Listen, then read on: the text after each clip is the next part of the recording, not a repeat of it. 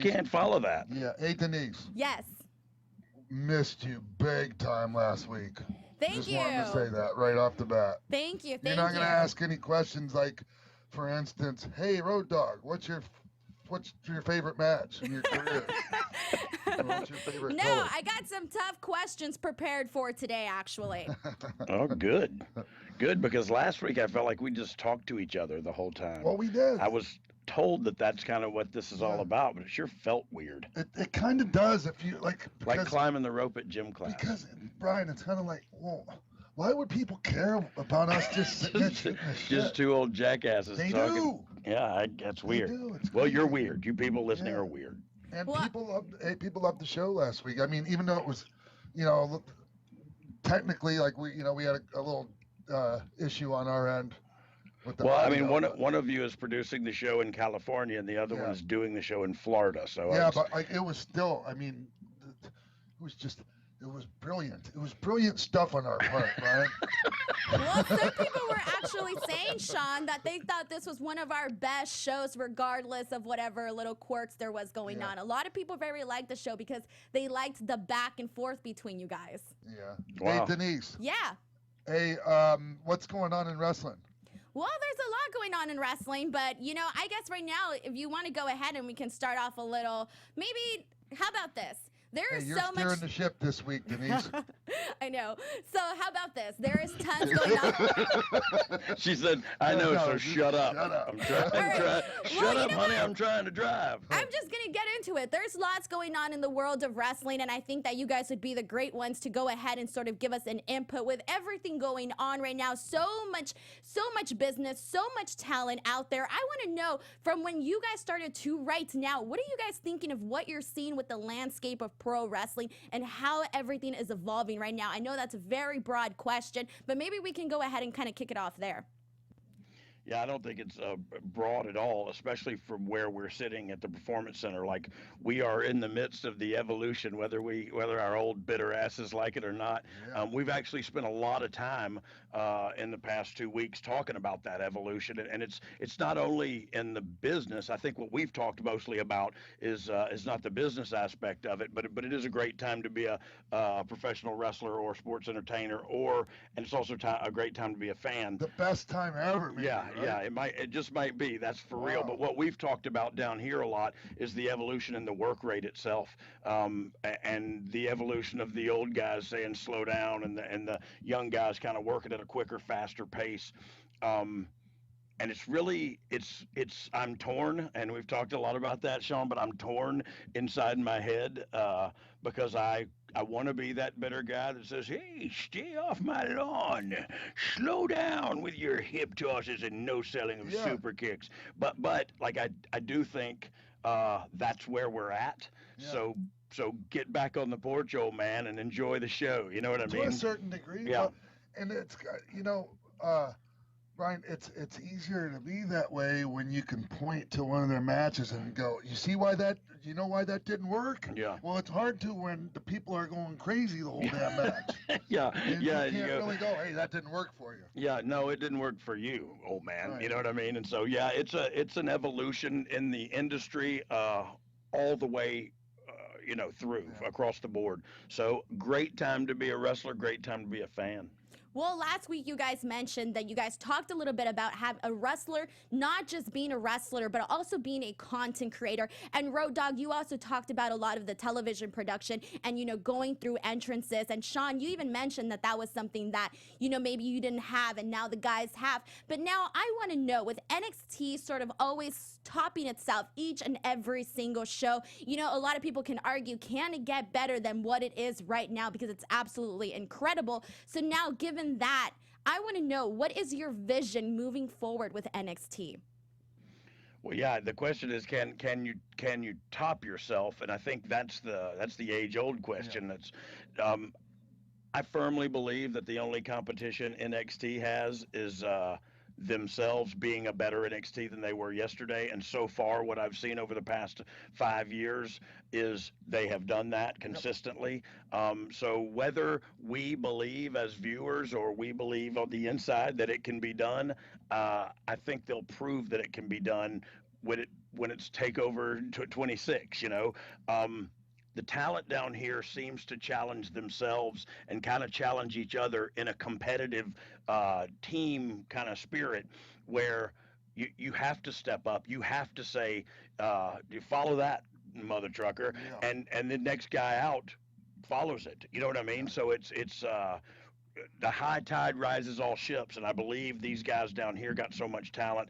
And man, it's not just the guys on TV right now. There's guys in the bullpen that got a ton of talent too. So will they continue to top themselves at NXT? You damn right they will.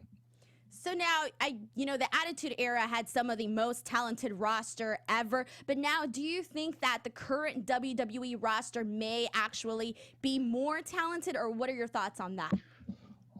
Yeah, I actually think they're much more talented as far as, especially as far as the work rate and the athleticism and the just how fast they go and how long they can go. That sounded dirty. I didn't mean it that way at all. You're not talking about me. No, I wasn't. It was a race and I won. No, so look, I believe they were. If you go back and watch the Attitude Era, to be quite honest with you, it was a friggin' mess. Like it was I can't even go back. Like I'll watch our matches, but like when every now and then I will.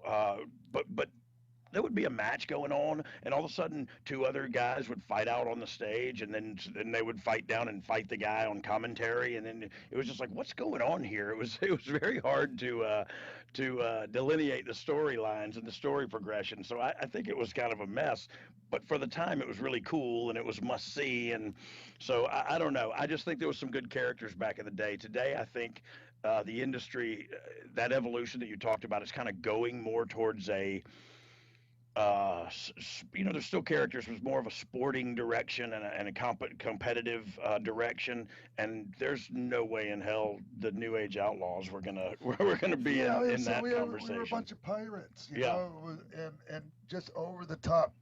Some of the over the top characters that were in wrestling, were over the top for not good reasons. So it's kind of like it's a good trade. I'm fine with the trade-off. Right? Yeah, Maybe for sure. we don't have as many colorful characters, but we don't have as many people dying. Yeah, and when you talk about pirates, it just means we drank a lot of rum. All that. Yeah. So now, speaking of the Attitude Era, I want to know for you, Road Dogg, who was your favorite opponent, or how was it different working between Shawn and Billy Gunn? Tag team opponent. So she got better. Opponent. She caught herself. Yeah, she caught herself, and she asked a solid question. How was it between working with you and Billy? There's already, but you don't have too many more people to go through, so you got to keep some of these people on your show, Shawn.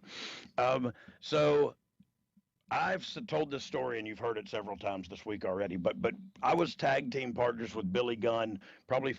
And champion probably 5 or 6 times, I guess 4 or 5 times actually, and still didn't really know what I was doing in a wrestling ring. Like still had no concept of what I was doing in there. What amazing instinct. But but I did have good instincts. I appreciate you saying that. Like some of the best ever. So I appreciate that, because I do think that's what won the day at the end of the day. And so when I teamed up with Kiddo Bambito, I started listening to him put his stuff together with the likes of Kane and like bigger guys, and hear his psychology and the philosophy behind it and the reasoning, and it just made me think like, whoa, I've been doing this crap all wrong for a long time, and it was crazy how I reached success while doing it wrong. So yeah, I would say one I had a blast and I was successful. One I was successful and I learned how to wrestle. So that's the difference between the two, I think. Well, Billy still sucks. I'm just kidding.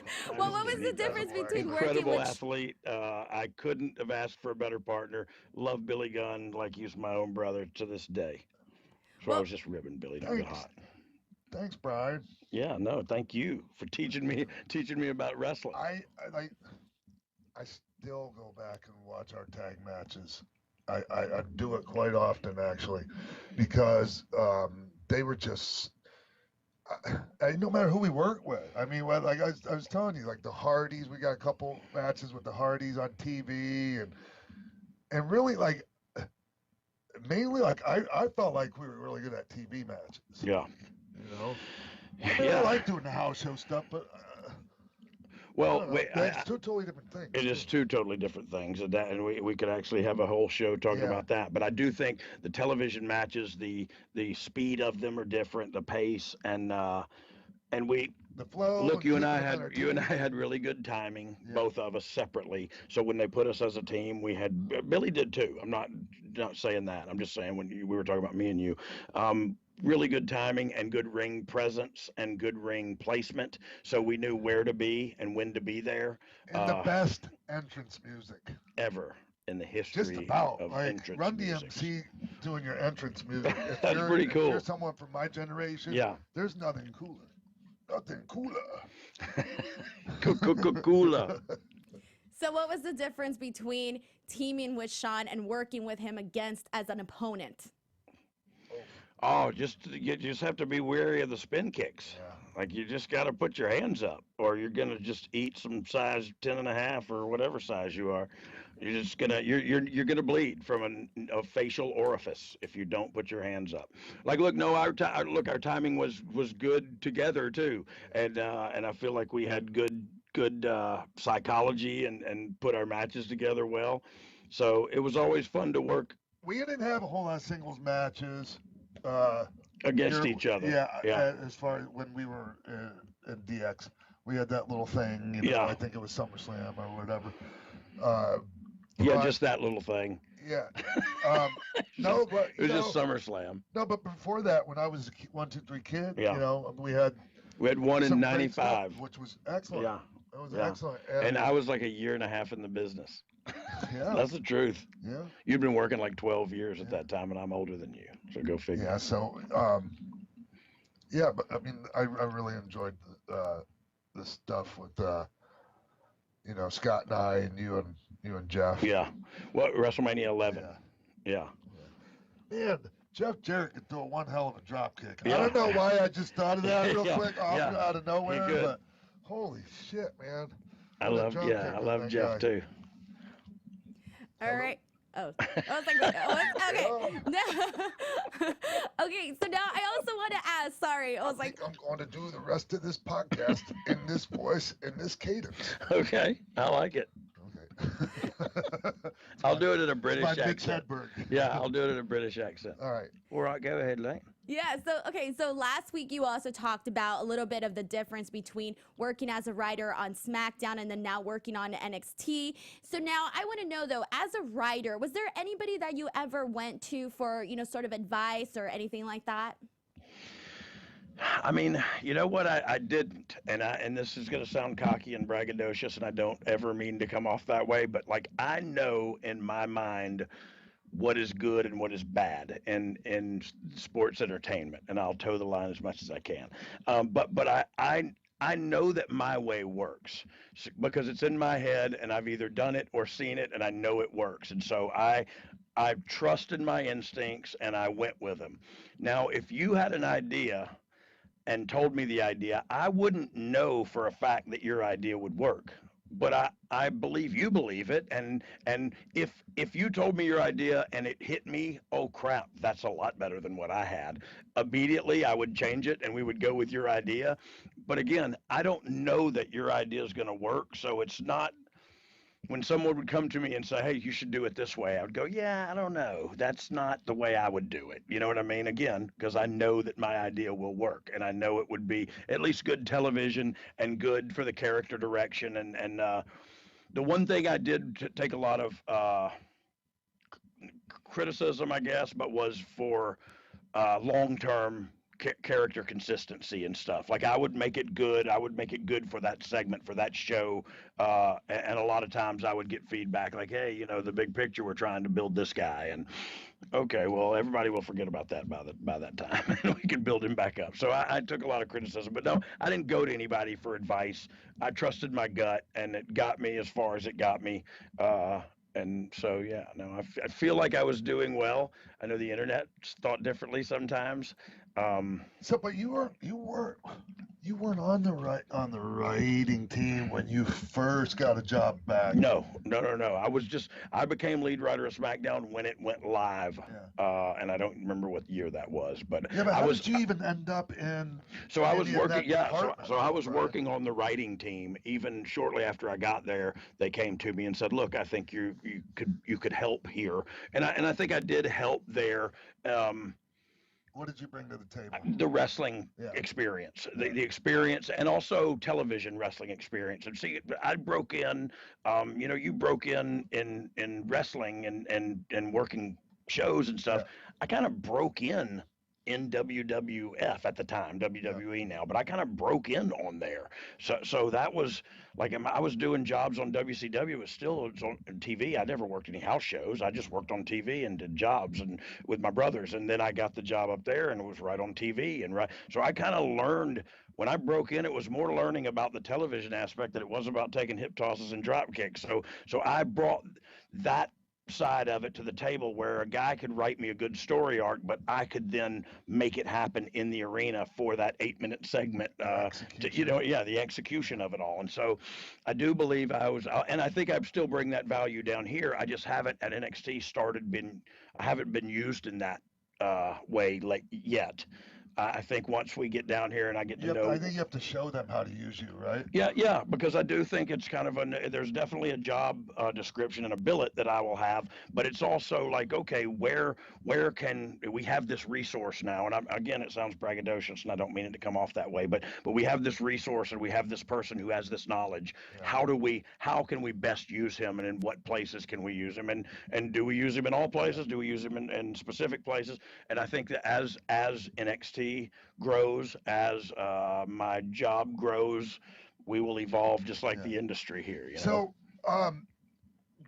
right before this, you had an in-ring session. That was like 10 people, 10, 12 guys. Yeah, out there, I think it was 10 guys, yeah. And first of all, I don't think that's the best use of your time here, but you did great at it. Yeah. It was great. It's fun. Yeah, it is fun. You made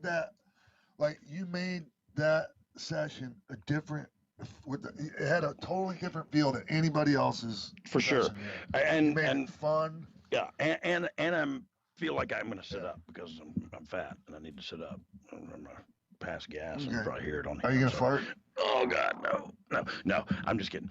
No, but look, I think everyone likes that on brand. I think that it can be fun. I think you can have fun and put forth good product at the same time. I think we can train, we can learn, and we can have fun all at the same time. It was my philosophy when writing the show too. The writer's room was a blast to be in, but we ended up having a great show to put on television at the end of the day. So I think I want to make it personal. I want to train these guys and make them my guys. Yeah. Like at the end of the thing, we go 1, 2, 3 dog pound. You know what I mean? Like that's what I call my class, the dog pound. Bond, and right? I want to have that bond because I want them to trust me.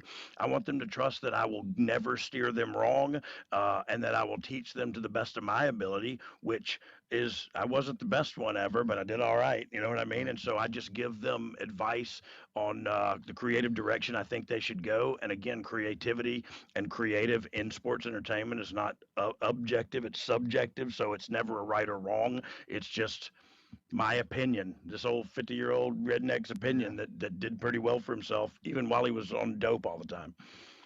Yeah. So now, you mentioned follow that, Denise. Real quick, Denise and Jeff, you would appreciate this. Like, so he takes just a typical drill that you do in the ring, with a couple of forward rolls, and he adds two forward rolls, and then get shot in the stomach. and let me see how you get shot in the stomach and sell that. And it was great. And all it is a drill where they do the forward rolls and they're breaking a sweat and they're working out, but then they're showing me facials and then they're showing me acting and selling, and like it's that Caesar, right? Yeah, I thought he did it great. I thought he did too. I think he looked like he really he could have been on a TV show. Yeah. And but look, that's half of what we do here, right? Is the selling, and you open up to the camera, which when I'm training, I'm the hard camera. Open up to me and show me the sell and show me how you're going to do it. How are you going to do it different than the last guy? Are you going to own it a little bit, make it your own? And so Man, that seems to be the thing that most people come through these doors have the biggest problem with, is that type of thing, right?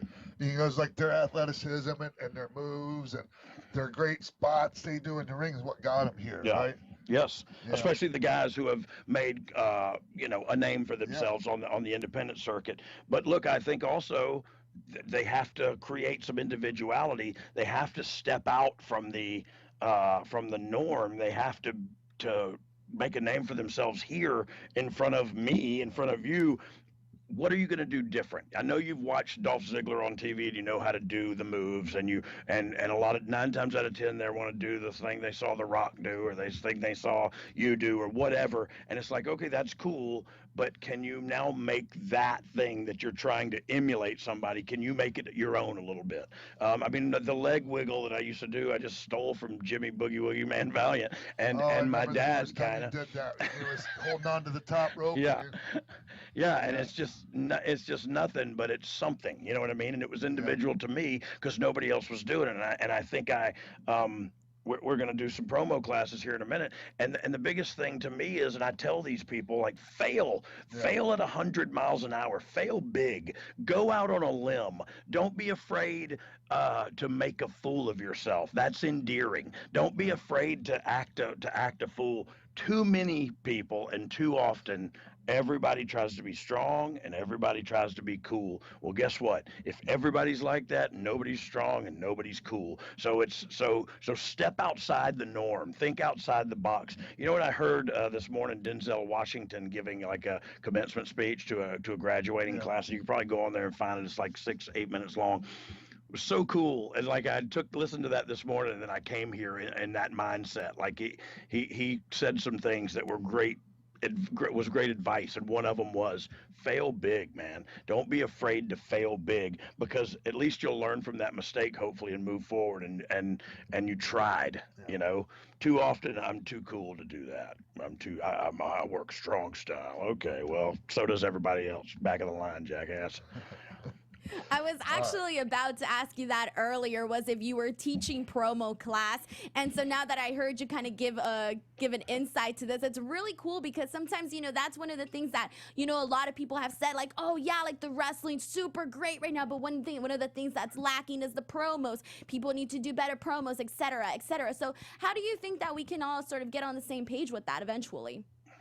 Well, I mean, look, I don't think it's a separate page. I think it becomes a trust issue with who can cut a good promo and who can't cut a good promo. And then it's about trusting who can and who can't. So do I have to script out the promo for the individual and then kind of be a stickler for sticking to the verbiage that was written? Or do I trust the guy to give him bullet points and the message that he needs to deliver, and then trust that he can go out there, make that verbiage his own, make that message his own, but still stay on story? So it's, it's very easy to go online and go, this sucks, that's great. There's so much more goes into this industry than anybody out there knows that isn't in the know. So it's very important to have that trust with an individual. Daniel Bryan, you can tell Daniel Bryan the message you want conveyed, and he can go out there and deliver that message. Yeah, and do it in his character.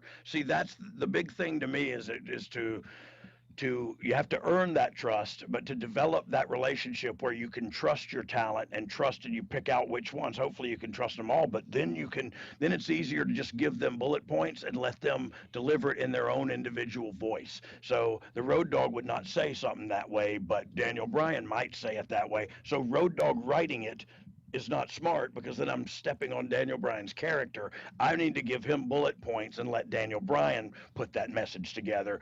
However, the message is 2 + 2 = 4. Now, Daniel, you go out there and say that however you want to, you know what I mean?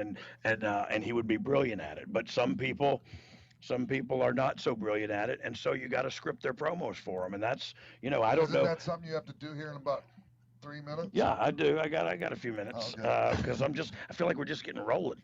But yeah, so it's people go, oh, you shouldn't write their promos for them. Well, then some of the talent should get better promo cutting skills. You know what I mean? Like grab a friggin' hairbrush and get in front of the mirror, kid. I don't know what to tell you, but if you're not trusted to be able to cut a promo, that's not leadership's fault. That's partially your own. So let's work together and see if we can't develop a relationship that revolves around some trust, and then we can let you cut your own promos. So is it safe? So to say that everyone, just top to bottom, is given a scripted promo that they have to stick to is not necessarily the case. That's not the case at all. That's not the case at all. Anywhere. Okay. Anywhere. So do you think that some of the people that think that are just the ones that were always made to do it because they weren't good at promos? Yes, I think they're the ones. I think they're the ones that perpetuate that nonsense. I totally do. And so, I mean, again, it's easy to throw rocks at the guy on top of the hill because he's on top of the hill. It's a much more difficult spot when you get up to the top of that hill yourself and then go, holy crap, how do I stay up here with all these people throwing rocks? What else, Denise? Do we have time for one more question?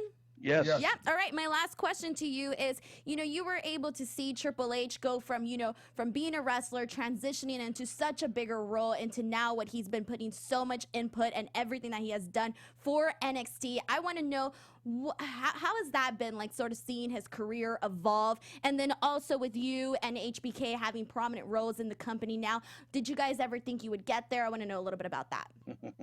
Well, I never thought I'd be alive, to tell you the truth. So I thank God that I am, first and foremost. But what was funny was, I'm going to tell a little story that you told. We left TV tapings the other day. And sorry, I just hit my microphone. Sorry. But so we were walking out of Full Sail University. We were walking to our cars, and Ciampa actually said, "Good night, DX." Yeah.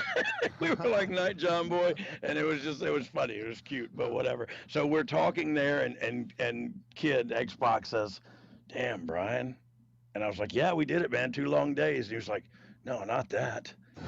Man, we were really fucked up not long ago." Yeah. And I was like, and I was like, man, you're right. We've come a long way, and we have, and that was real to me, and it touched my heart, and so thank you for that reality break at the moment. Right. But also, we went on to talk about Hunter a little bit, and he was always the one that was a little more firm-footed in reality, and he was always the one that was level-headed and had a good business sense about him. And so it's not surprising that he is where he is and that he's done what he's done. But I can tell another little story is when he went over to the UK and he did the press conference for the UK, and I sat in my hotel room, and I was on Twitter or something, and it said, "Oh, the press conference is about to start." And so I thought, oh, well, that's Hunter. He's my friend and my boss. I'll watch him do that. And when I watched that, I literally started crying in my hotel room. I was sober. I was thankful for him because look, him giving me another chance at this was another chance at life. Not only did they pay for me to go to rehab, but then after being sober a year, I was given another opportunity to come back and make a living for my family. And so that it means so much to me. I can't articulate it correctly, what he's done for me and my family and what he means to me as a friend / boss. But when I watched him do that, I saw the maturity in him, and I thought, I cut a good friggin' promo, but I can't do that. Yeah. You know what I mean? Okay, and that's leadership and just maturity. And literally, I just started crying. And I texted him right after that, and I said, "Dude," and I just cried watching you. You're such a great leader and a man. You know what I mean? As weird as that sounds, like it's awesome to work for him. You know what I mean? And to be blessed enough to be able to work with him. I had a thought, and I just lost it. And it was a good one, too. I bet it was. Because I wanted to add to that. Was this about the fight we got in after we ate at the diner? Where I knew karate? The fight with you and I? Yeah. No. Okay. I wasn't going to tell him. Okay. Let's not then. There's been so many of them. Let's not tell him then. Mia. Damn it. No, it was something important. Hunter. Yeah. Fuck, I hate when I do that. Was it the text you in real sent time him? for all of my listeners and viewers, they see me have these brain farts, and We've and been I through a lose lot. my thought, We've been through a lot. Yeah. I keep hitting this microphone. It's kind of pissing me off. Yeah. No, it was something to do with his, with just, fuck it.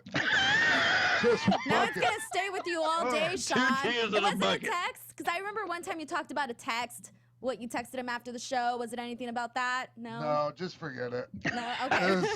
It's just gonna get ridiculous. This me trying to fucking remember what it was. I know. I'll But remember. it might be fun. It might be fun. It was really important too, man. That's the thing. What it was? You were gonna tell me you love me? I do love you. Okay. I love Thanks. you very much. I love you too. Yeah. Thanks. Oh, fucking fuck. And that apparently wasn't it, guys. I thought I was gonna save us all. Oh, All I right. bet it was about you being proud of Hunter and proud of all of us, and you love us. yeah. Oh, I know what it was. Here we go. Yes. So I remember you telling me, when you first came back here for a job, and first of all, when everyone saw you when your dad was inducted and you guys inducted your dad in the Hall of Fame, that you were doing good. Yeah. But is it okay if I'm Yeah, you tell everything. I'm an open But book. Vince was like, "Why do you want to bring him back?" Yes, yeah, totally. And he had to convince him, right? He tried 3 times. He said, "Why would you bring a known drug addict back to work here as an employee?" And he said, because he's been sober for over 20. Vince said no. So he said no 2 times, and the 3rd time, Vince said, "It's on you, Paul. Yeah. This is on you. I think it's ill-advised, but it's on you. Make the decision." And he gave him the opportunity to make that executive decision. And then later, Vince and I spoke, and again, this sounds like I'm just put over Road Dogg Day from Road Dogg himself. What a jackass. But Vince was like, I couldn't believe he was going to hire you, and now I wish I had 10 of you. You know what I mean? And that made me feel good. Like, I was like, holy crap. If it was 10 of me, I could get all this stuff done. And Brian, I thank you, and I think a lot of other, people struggling with those issues. Thank you for, making everyone realize that you can take a chance on someone. Yeah. Well, look, this company has always been about second look, chances. They're bringing me back around. Yeah. It's always been about second chances. Where they see good people and good talent, they're always willing to give it, even if they're not good people, but the businesses would be good. Yes. They will bring people back. They will give people second chances. So that's kind of what I hate about all the anti-establishment talk all the time. It's like, look, you think what you want, but man, they saved my life, so I'm gonna think what I want to. Yeah. You know what I mean? Yeah, I'm with you on that. Yeah, they spent a lot of money trying to. I love you. Yeah, I love you too. I wanted to. That got weird. It got weird. It got weird. No, but before there was even a a wellness policy. I remember my first rehab. Vince paid for it, and then Hunter and Vince paid for my second one. Yeah. Yeah, and they still do that. They still have a wellness policy. And I shit on the help they gave. Yeah. Me. I reached out for the help, and then I shit all over it because I wasn't ready for it. Well, you weren't ready yet. That's the whole thing, man. I mean, if you you're spent a lot of money on. Anyways, I don't want to get off. you're I want done- to beat myself up. No, don't, because 2 places you cannot live, in the past or in the future. Today is what we have, and if you're waiting for some other day to be happy, I don't know what the flip you're waiting on. All right. Did you guys have to go, or are we Ryan out of probably time? does. I just went in my pants. Did you? He actually did do that one time. Well, Sean, at least it I didn't sure did. happen while I did a on lot the of things when I was podcast. drinking and drugging that I am not proud of. But Sean, at least it didn't happen. On the airplane. Oh my God. Anyway, what were you gonna say? Yeah, I was just gonna bring up a story about Sean and when you were doing, was it the podcast with Nick Hausman? Who was it with where you didn't know you were being seen? So I was doing the podcast. I don't know if you know Nick Hausman. Anyways, I was doing a podcast with somebody, right? Yeah. And it was on Skype, and because I wasn't in the studio, so I had my laptop, right? Yeah. And we were just using audio, so I didn't think the camera was on, and I had the headset on, and I didn't want to take a break. We were live. Yeah. So I was just trying to kayfabe take a piss, right? And so I'm pissing, and there's the camera, and so he's got a nice close-up of me pissing in a cup. It was, and so like, then like I get a text from him, and he's going, "What the fuck is the matter with you?" Like he thought I was doing it on purpose.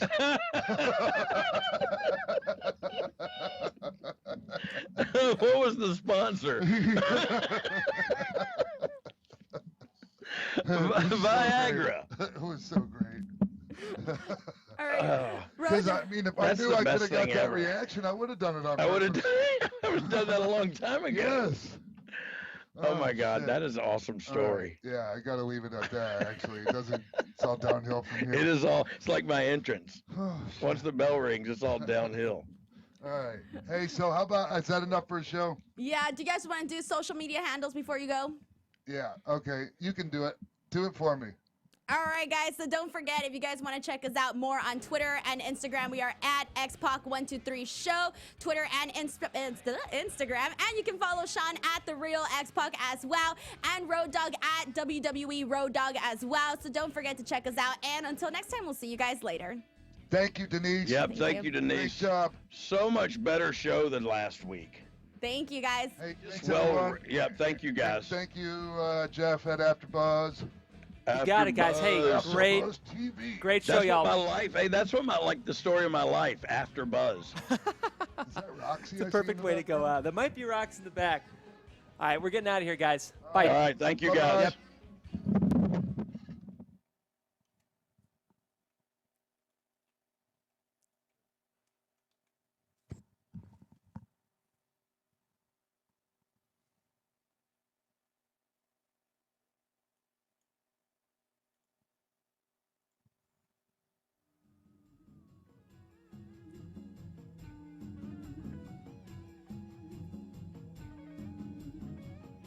From executive producers Maria Menounos, Keven Undergaro, Sean Waltman, and the entire Xpac 12360 staff, thank you for tuning in to Xpac 12360. The views expressed herein are those of the hosts only and do not necessarily reflect the views of AfterBuzz TV or its owners or principals.